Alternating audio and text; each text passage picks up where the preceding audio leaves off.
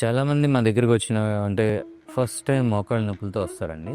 వాళ్ళు చాలా భయంతో వస్తూ ఉంటారు. అంటే ఏంటి? ఏమైపోయింది మా మోకాళ్ళకి అనేది.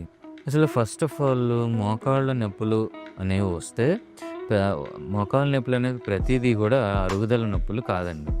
సో, వేరే వేరే ఇతరత్ర కారణాలుండొచ్చు. కొంతమందికి కాండ్రోమలేషియా అంటే వేరే ప్రాబ్లమ్స్ వల్ల కూడా మోకాళ్ళ నొప్పులనేది రావచ్చు. సో, మనం చాలామందిని చేసేదేంటంటే, మనకొక నొప్పి రాంగానే, మనమే డైరెక్ట్‌గా మెడికల్ షాప్‌కెళ్ళి ఒక టాబ్లెట్ కొనేసుకొని, టాబ్లెట్ వాడేయటం. సో, ఇది అంటే చాలామంది చేస్తూ ఉంటారు.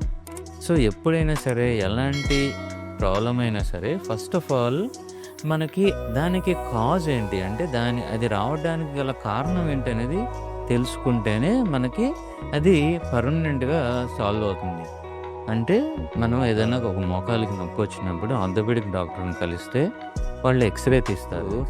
ఏంటి కారణం అనేది మనం కనుక్కోవడానికి వీలవుతుంది. సో, అదే విధంగా ఒకవేళ గనక మోకాళ్ళ నొప్పులు, అరుగుదల అనేది స్టార్ట్ అయింది అనుకుందాం.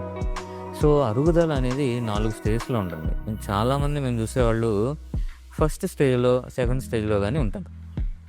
సో, అలాంటి వాళ్ళు ఎప్పుడైతే మనం అంటే ఒక డాక్టర్‌ని సంప్రదించకుండా ఊరికే మనం టాబ్లెట్లు వాడి అది బాగా ఫోర్త్ స్టేజ్‌కెళ్ళినప్పుడు గానీ హాస్పిటల్‌కి ప్రెజెంట్ అవ్వరు. అలా కాకుండా ముందే మనము చూపించుకోవడం వల్ల ఈ అరుగుదలని ఫాస్ట్‌గా పెరగకుండా మనం చేసుకోగలుగుతాం.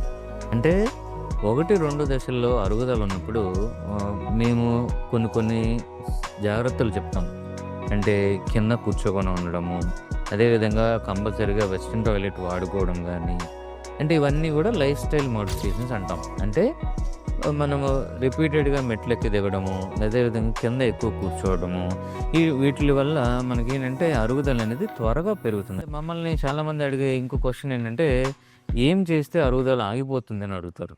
సో, అరుగుదల అనేది ఆగదండి. అది ఉన్న కొద్దీ మనకి నెమ్మదిగా పెరుగుతుంది. అంటే ఒక కారు టైరు ఎలాగైతే నెమ్మదిగా వాడుతున్న కొద్దీ అరుగుతా ఉంటుందో, అదే విధంగా మోకాళ్ళ అరుగుదల అనేది ఒక ఫస్ట్ స్టేజ్ గానీ, సెకండ్ స్టేజ్ గానీ వచ్చినప్పుడు అది నెమ్మదిగా ప్రోగ్రెస్ అవుతూనే ఉంటుంది.